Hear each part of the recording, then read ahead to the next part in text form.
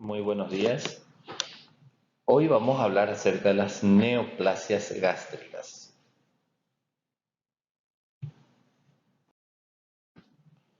Tenemos que hablar acerca de aquellos que son benignos y malignos, entendiendo que la mayoría se originan en cuanto a la distribución. Los benignos son lastimosamente extremadamente infrecuentes. En cambio, los malignos sí son más frecuentes y independientemente de que sea benigno o maligno, se originan la mayoría en la mucosa. ¿Cómo vemos a la macroscopía acerca de los tumores benignos? Como dijimos que también son de origen epitelial, entonces van a ser lesiones polipoides, sobresalen hacia la luz del estómago, que puede ser de origen mucoso o submucoso, obvio desde el contexto que son polipoides y son epiteliales.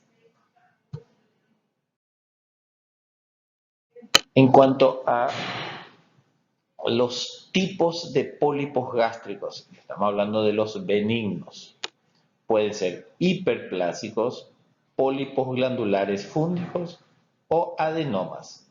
¿Ok? Al hablar de adenomas, de hiperplasia y de pólipos, esto más bien hiperplasia y adenomas ya es una clasificación microscópica. En cambio, esta es una clasificación, digamos, de hecho macroscópica y localizados en el fondo, que vamos a hablar ahora. Acerca de los hiperplásicos, generalmente asociados a gastritis crónica y en bordes de las úlceras. Relación hombre-mujer 2:1. En general, los tumores gástricos son más frecuentes en los varones, aumenta con la edad, y a la macroscopía son pequeños, sésiles, y la coincidencia de que son antrales y únicos, en pocos casos son múltiples. En general, encontrar pólipo y al mismo tiempo que sea hiperplásico son raros. Vemos aquí las características microscópicas, no vamos a hablar de eso. Y el segundo tipo es el pólipo glandular fúngico. La mitad de todos los pólipos gástricos son esporádicos, lesiones sésiles de 2 a 3 milímetros. Esa es la característica que sobresale, pero son sésiles. La mayoría de las veces en el fondo gástrico y presenta un incremento focal de elementos glandulares de la mucosa y obviamente su origen es desconocido. Como ven, entonces esto está muy relacionado a esta clasificación a la localización anatómica en el fondo gástrico y generalmente son, desde el contexto de microscópico, son glandulares, ¿eh? Siempre en estos casos epiteliales glandulares. Y después los adenomas, otra clasificación microscópica, estos sí crecen un poquito más, que se ven luego como polipoides, de hecho son pólipos, y estos sí tienen un cierto grado de desarrollo hacia el cáncer gástrico, sobre todo los más grandes y con displasia de alto grado. Cuando se encuentran displasias en los adenomas hay que tener en cuenta la chance que tiene de convertirse en neoplasia maligna. Entonces los adenomas, fíjense, estructuras tubulares, glándulas y o vellosas intraepiteliales. Los pólipos mucho más frecuentes en el tubo digestivo están localizados en el colon, pero eso no significa que esos sean exclusivamente de allí. Los pólipos, y ahí es donde más se estudian, pero esto más o menos se replica de forma similar en una frecuencia bastante inferior comparativamente.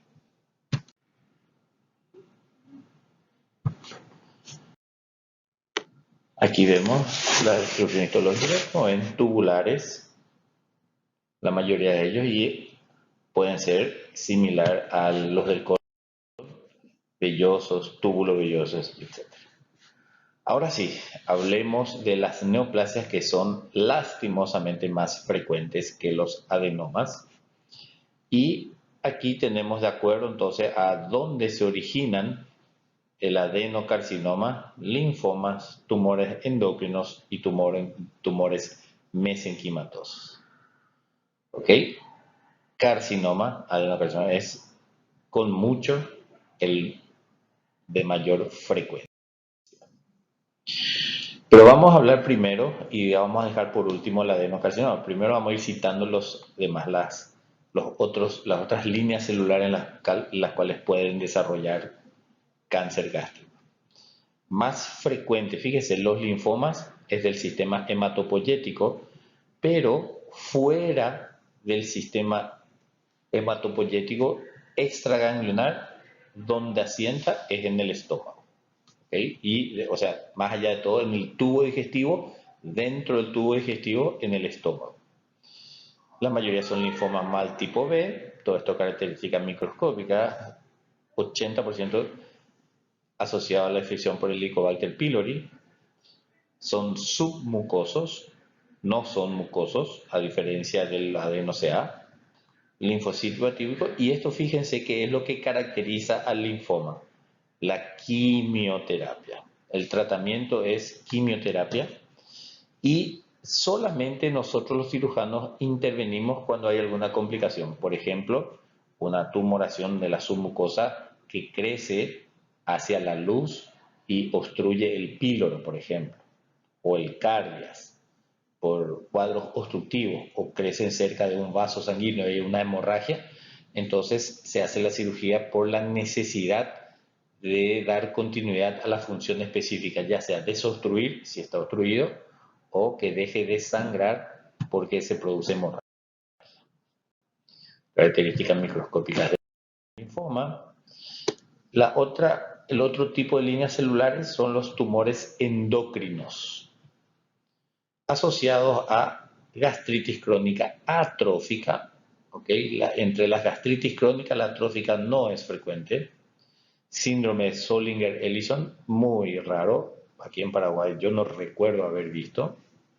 Es tan similar al de los endocrinos en la submucosa, más localizados, digamos, en términos de localización anatómica, obviamente, por arriba de la incisura angularis. Son tumores de bajo grado de malignidad. Fíjense esto, bajo grado de malignidad, que son también los tumores carcinoides. Aquí vemos también la parte histológica, y en las cuales adquieren importancia hoy en día los tumores del estroma gastrointestinal, los GIST. Son solitarios, la mayoría de las veces únicos, es muy raro encontrar múltiples. Submucosos, como ya habíamos mencionado, originados en las células intersticiales de Cajal. Estas células, recuerden en capítulos anteriores, como están localizados dentro y aislados dentro de las glándulas fúndicas. La mayoría positivo para marcador c-KIT CD117 permite el tratamiento. ¿Qué es lo que sucede? El GIST, vamos a ver dentro de un rato, que permite el tratamiento con quimioterápico, que es el inhibidor de la tiroquinasa. No necesariamente vamos a ver las indicaciones de cirugía, pero se trata con inhibidores de tiroquinasa. 30% son potencialmente malignos. Dijimos que tienen un cierto grado de malignidad o de transformación maligna, y el resto se comportan y son benignos. ¿Qué es lo que hace que el GIST adquiera la malignidad? Depende del tamaño, la cantidad de células que produce mitótica por campo y eventualmente la presencia de metástasis. ¿Okay?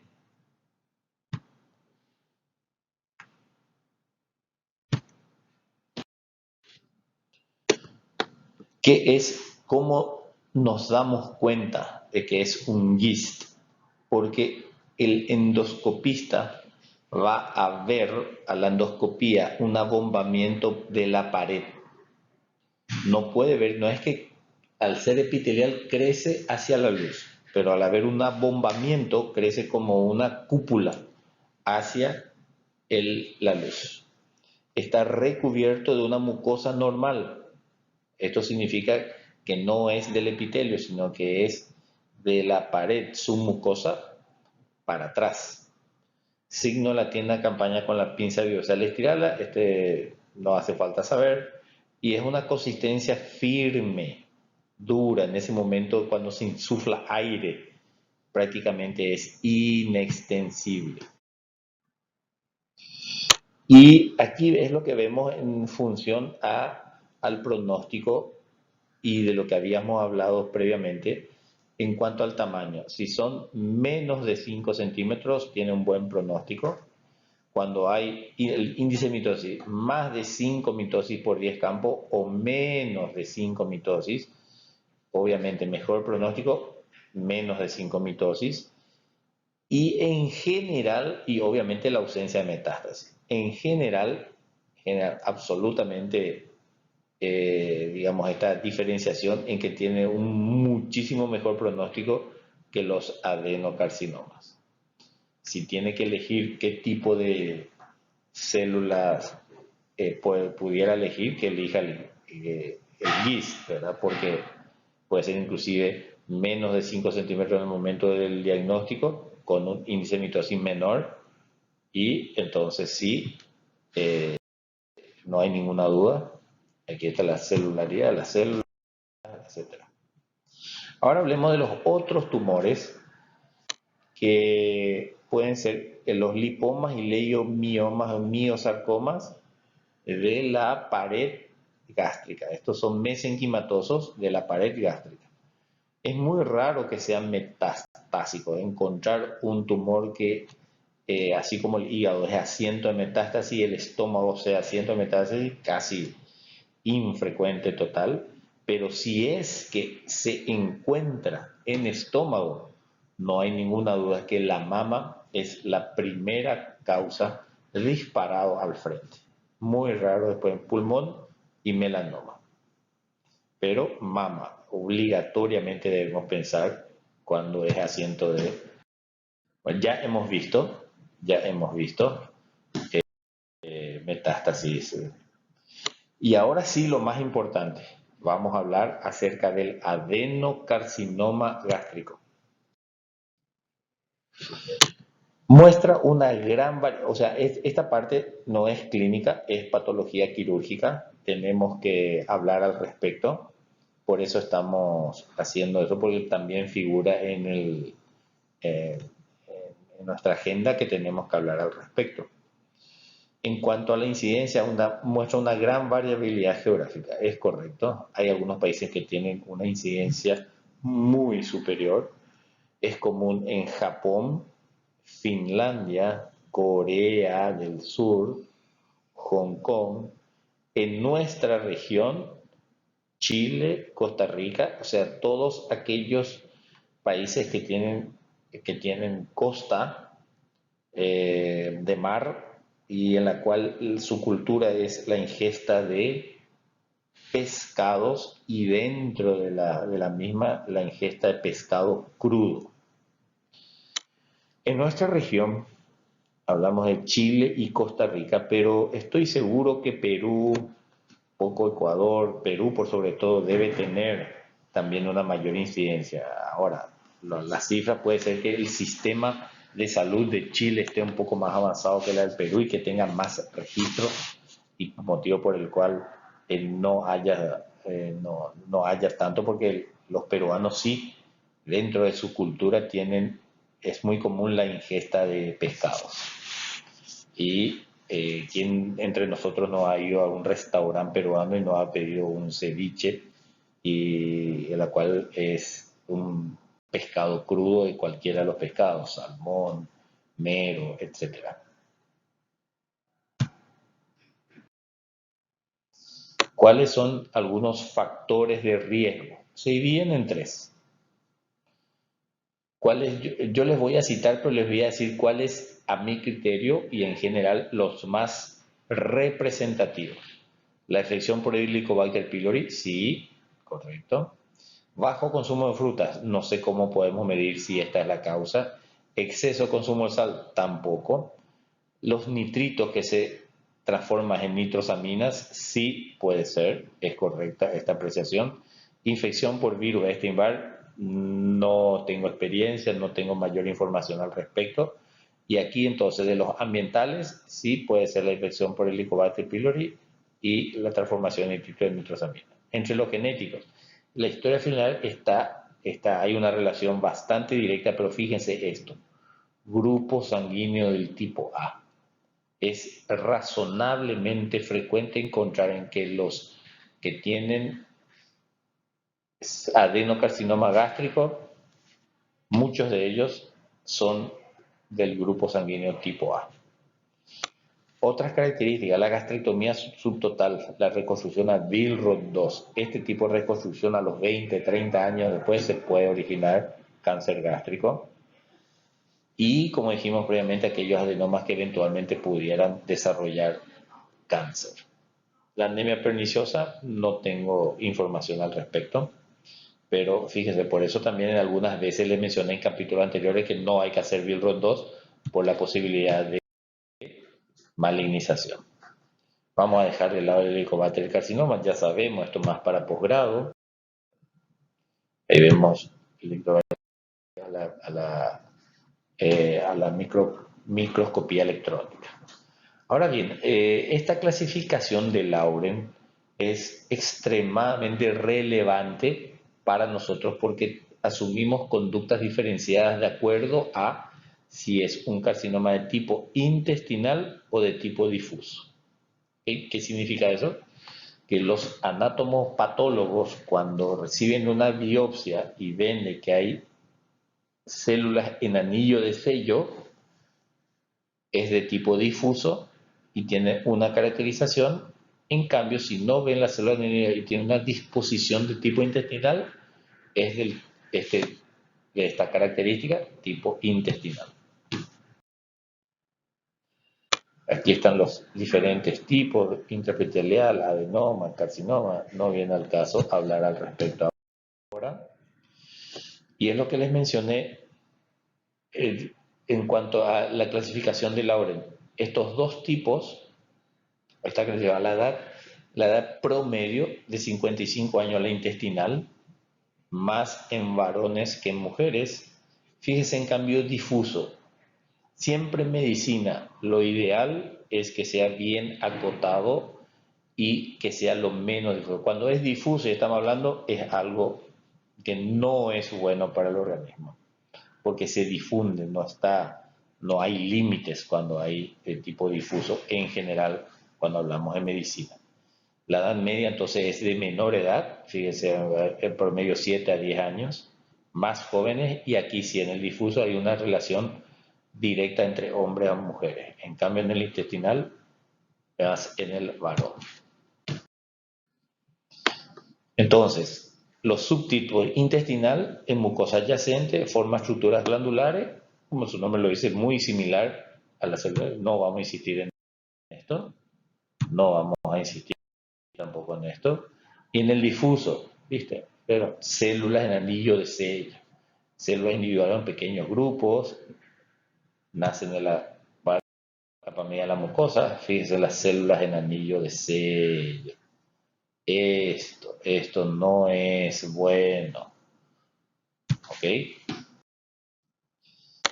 Y ahora sí, entonces, ¿qué significa eso? Lauren, cuando ya hablamos de Lauren intestinal, ya sabemos que tiene un cierto pronóstico mejor y cuando es difuso, un pronóstico no tan bueno.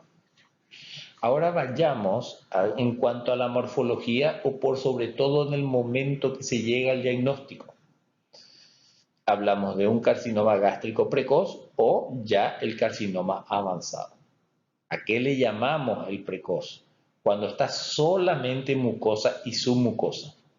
Hay que ver también que pueden dar ya, pero extremadamente raro un carcinoma precoz va a dar metástasis ganglionares. ¿Ok? ¿Puede ser? Sí, puede dar ya metástasis, ya que estén afectados los ganglios. Muy raro, pero sí. En cambio, en el avanzado ya sobrepasa la submucosa e infiltra la pared muscular. ¿Okay? Entonces, en mi experiencia, no recuerdo haber visto algún carcinoma gástrico precoz. Casi todos, si es que lo habré visto, habrá sido uno o dos, y carcinoma avanzado sí, el resto, o sea, casi todos. Entonces, la macroscopía, ahora vamos a hablar del cáncer gástrico precoz. ¿Ven? Esta es la mucosa. Esta es la mucosa, perdón, en la cual ven cómo no afecta aún la submucosa, no invade la submucosa. Entonces el exofítico crece hacia la luz, esto se ve como inclusive a la macroscopía se puede ver como una lesión sésil, ¿okay? Y unos pocos milímetros. Este es plano o levemente deprimido, solamente afecta a la mucosa, no invade la submucosa. Y ven aquí, este ya es el excavado. Ambos tipos 1, 2 y 3 sigue sin afectar la mucosa. Esta depresión aquí no sobrepasa la mucosa. ¿Okay? Y esto puede simular a una úlcera de gastroduodenal. De hecho, los carcinomas gástricos avanzados alguna vez han sido precoces. Y esto es lo que en la medida que pasa el tiempo seguirá creciendo. Esto seguirá creciendo de forma polipoide.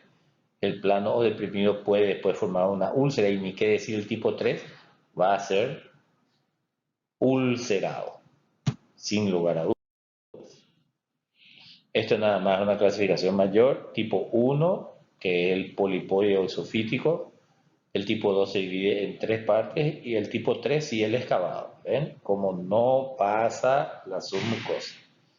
El tipo 2 es cuando dijimos que es plano o levemente ulcerado, que puede ser plano pero sobrelevado, plano puro o plano excavado o deprimido. ¿Ok? Lastimosamente encontramos pocos pacientes con carcinoma precoz.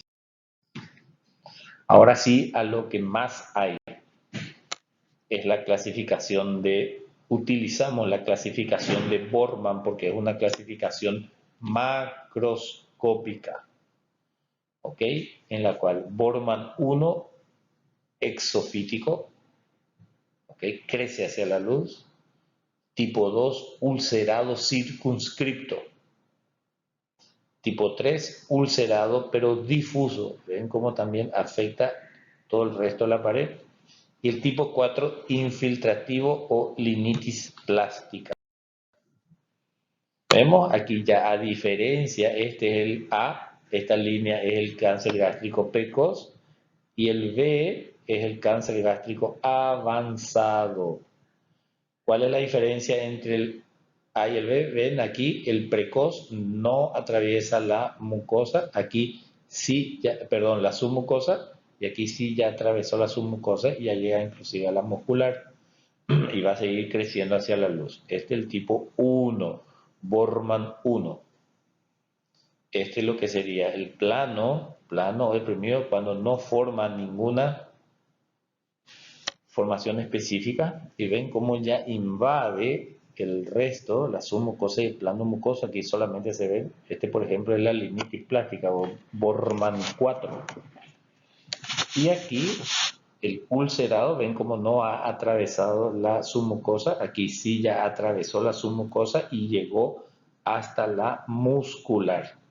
Entonces puede ser, si es que está en este caso, en este dibujo, sería tipo 2 porque es ulcerado circunscripto, y si vemos que está afectado también alrededor y esto se proyecta hacia las laterales, sería excavado o ulcerado difuso.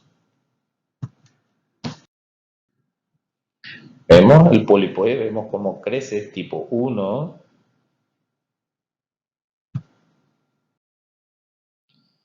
El fungiforme o ulcerado, úlcera central, tipo 2. Ulcerado tipo 3, ven cómo ya se proyecta hacia afuera. Ven cómo los bordes están muy desaliñados, no es único, sucio el fondo, no convergen hasta la úlcera, los pliegues, todos signos macroscópicos de malignidad. Y por último, el tipo 4, ven cómo está acartonado el estómago. Esto no hay forma de determinar, esto es tipo difuso de Lauren, no hay ninguna duda. Ahora bien, en cuanto a la localización de estos tumores, recuerden, todo esto es patología, ya tienen conocimiento y estamos haciendo un repaso. La mayoría están en el antropíloro, entre paréntesis por suerte, 25%, un cuarto está en el cardias, no es bueno que estén en el cardias, resto cuerpo y fondo.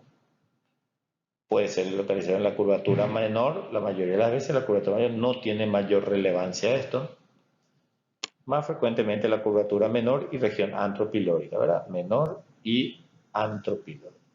No hay mayores repercusiones en cuanto a eso. Y ahora sí, en términos de lo que más importa, ¿qué es más allá, antes de entrar en la clínica, ahí es la clasificación de Lauren. Porque si es un Lauren intestinal, se puede hacer una resección de menor tamaño, de menor extensión de la resección.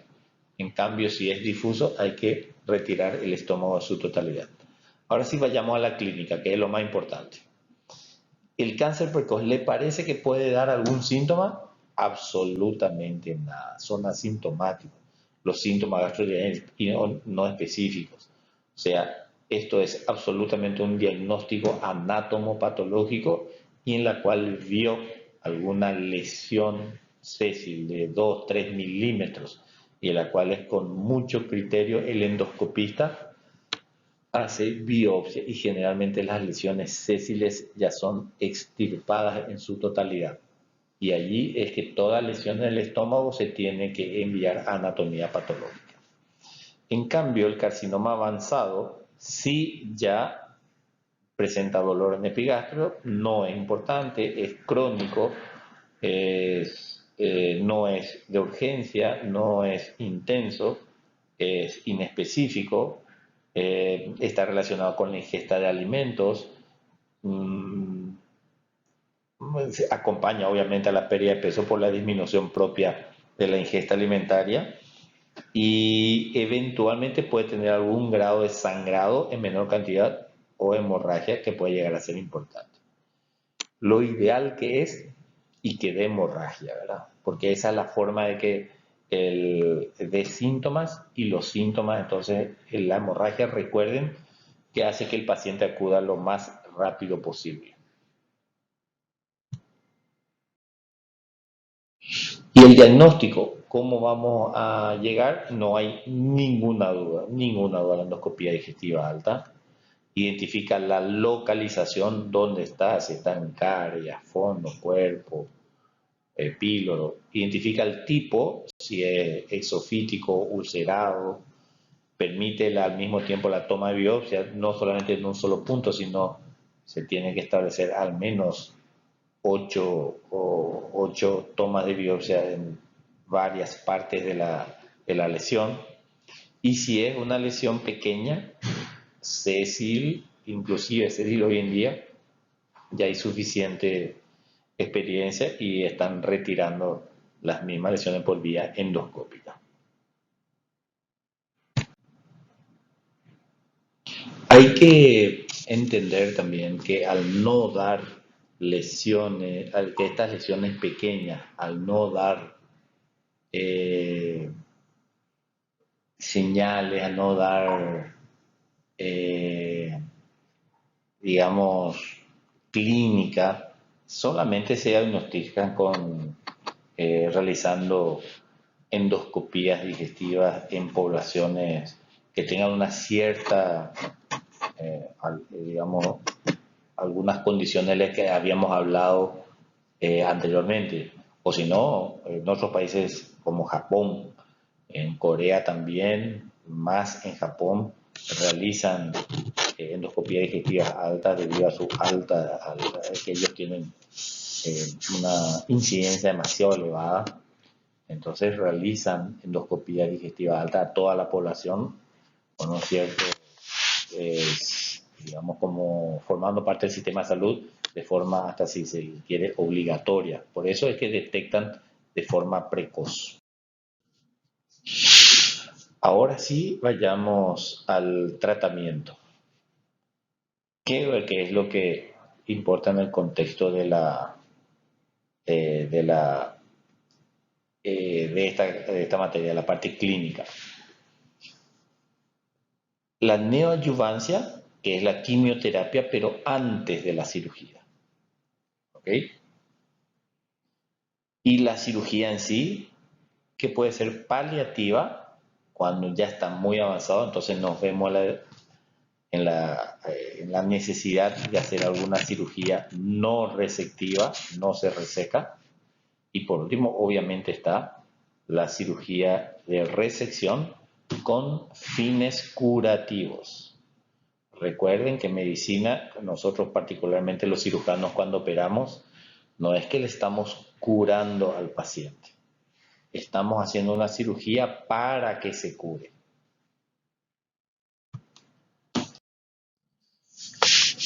Siempre tenemos que tener en cuenta, no solamente para la cirugía, las cirugías gástricas, sino tenemos que tener en cuenta en general criterios, manejamos dos criterios, operabilidad y criterios de resecabilidad. Los criterios de operabilidad significa si el paciente está en condiciones de entrar a quirófano para ser operado. Entonces vemos aquí condiciones generales, el ASA, que es la que ya les mencioné previamente, la American Society of Anesthesiologists clasifica del 1 al 5, 1, 2, la mayoría de las veces que operamos son tipo 2, si es que la persona, el paciente tiene cardiopatía, el estado general, el estado nutricional, muchas veces no es bueno el estado nutricional y le preparamos en promedio una semana, 10 días antes con alimentación complementaria o suplementaria para podamos llegar a un buen estado nutricional antes de la cirugía.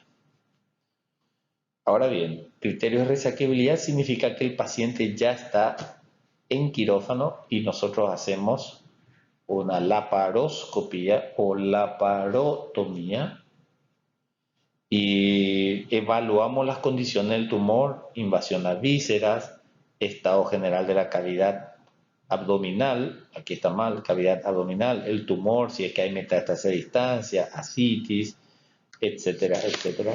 Y todo esta, la sumatoria de los criterios nos va a decir si es que esto es viable o es posible la resección sin que esto afecte estructuras vitales. En cuanto al tratamiento quirúrgico del cáncer precoz, la mayoría de las veces ya es endoscópica. ¿Ok?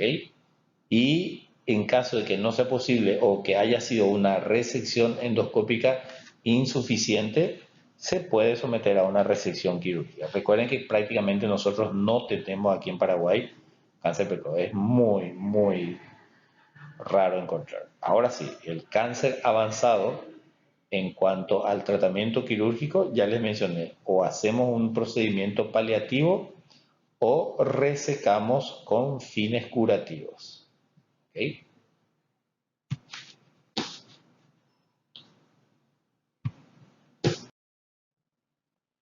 Condiciones a tener en cuenta para la elección de la técnica operatoria.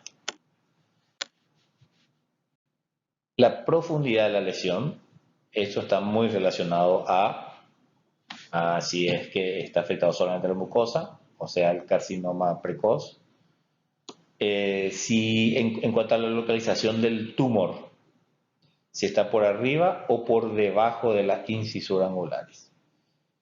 Toda cirugía, lo ideal en términos generales es no retirar todo el estómago. Lo ideal es dejar parte, hacer una gastrectomía Por ejemplo, los tipos de gastrectomía que tenemos es una antrectomía que se retira solo el antro, o una gastrectomía subtotal 3/4, que es un poquito mayor que la de la antrectomía, una gastrectomía 4/5 o casi total, y después ya está la gastrectomía total.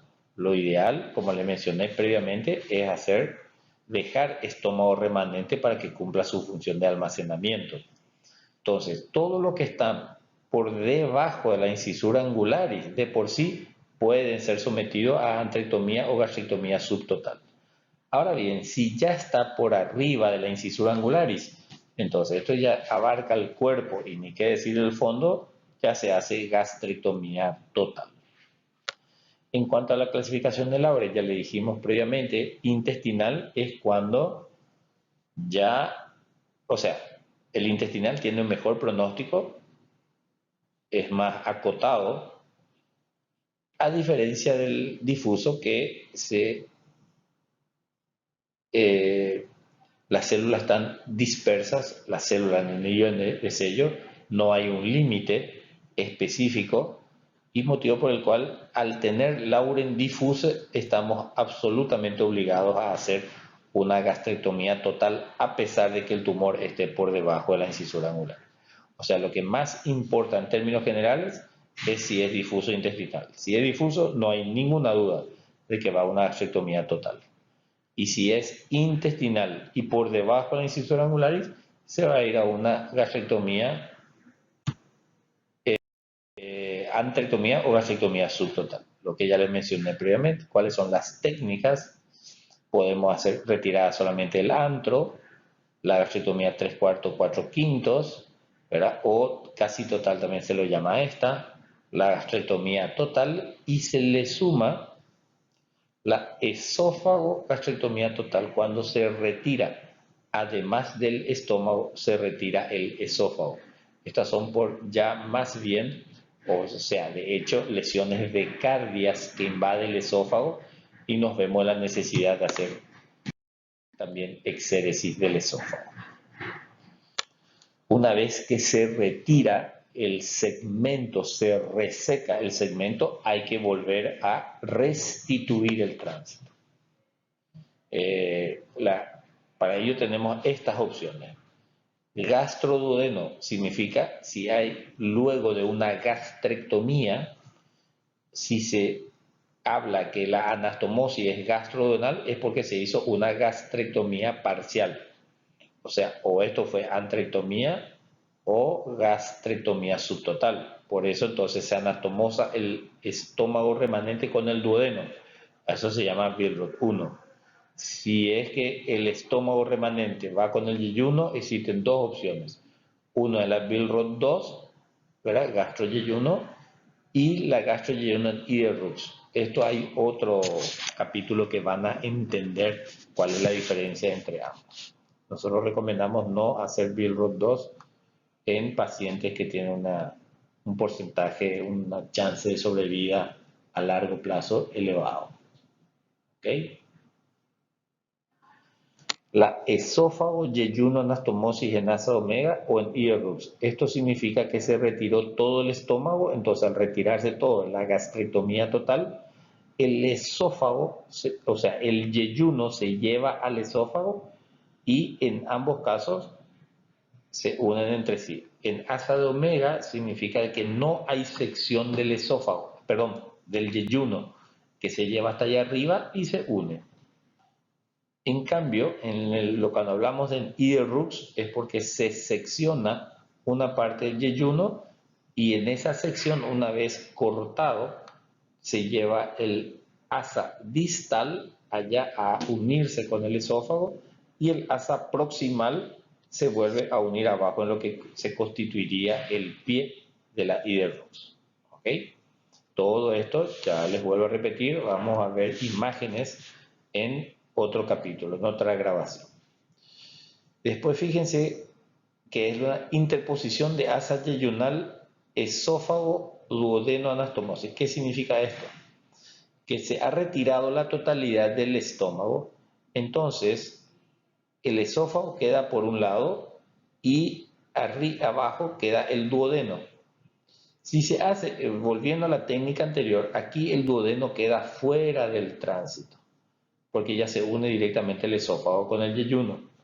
En cambio aquí, si colocamos una interposición, es porque queremos hacer que el duodeno se encuentre en el tránsito intestinal, motivo por el cual vamos a seccionar 30 centímetros de asa yeyunal y la parte proximal se va a unir con el esófago y la parte distal con el duodeno.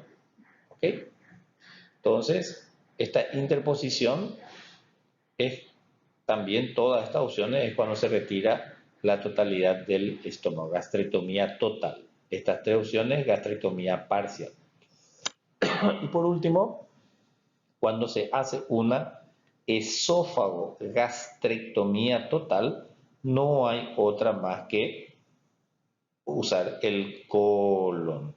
¿Okay? Se secciona el colon transverso y se lleva, por más de que aquí digamos esófago, se retiró la totalidad del esófago, se hace una anastomosis en el cuello con el esófago, porque es una esofagectomía casi total, y entonces se une el muñón del esófago que quedó con el colon y el otro extremo del colon se lleva al duodeno. Entonces el tránsito se restituye desde allá arriba, desde el cuello, atravesando por el tórax y llega a la cavidad abdominal y se une con el duodeno. Una vez más, vamos a ver imágenes en otros capítulos. En cuanto al pronóstico, va a estar absolutamente relacionado principalmente lo que más importa, no solamente aquí en el cáncer gástrico, sino en todos los tumores, de todos los cánceres en general, la profundidad de la invasión. Si es un cáncer gástrico precoz, prácticamente hay un 100% de porcentaje de sobrevida a los 5 años. La extensión, si hay metástasis ganglionares o metástasis viscerales, ya sea, estos dan metástasis a hígado y a pulmón como dos vísceras más importantes. Las metástasis viscerales, como les mencioné recientemente, las más frecuentes, que más está decir, hígado y pulmones, también eventualmente cerebro, pero muy raro. Y el tipo histológico es la otra causa que les mencioné, la difuso, tipo difuso es absolutamente más agresivo que la de tipo intestinal. Y en cuanto al pronóstico, cáncer gástrico opresor, 95, prácticamente 100% de sobrevida a los 5 años, y el carcinoma avanzado, 15% de sobrevida a los 5 años en general. Esto también va a depender si es un cáncer avanzado de estadio 1, 2, 3 o 4. Prácticamente no llega nadie en lo que son estadio 4, estadio 3, estarían en un 10, 15% de sobrevida a los 5 años. Y estadio 2 sí tendría entre 35 y 40%, la mitad inclusive de chance de llegar a los 5 años. Y por último, las cirugías paliativas que no les mencioné. Las paliativas ya no se puede hacer resección del estómago, ni total ni parcial por alguna razón. Entonces, si es que está obstruido el píloro, entonces lo que hay que hacer es una derivación para evitar el paso por el duodeno. Se une el estómago al yeyuno, se lleva el yeyuno hacia el estómago y se hace una anastomosis gastroyeyunal, dejando el tumor allí que no se ha podido resecar. Entonces, para otorgar calidad de vida al paciente. Bueno, esto ha sido todo en este capítulo de tumores de esófago. Perdón, tumores gástricos.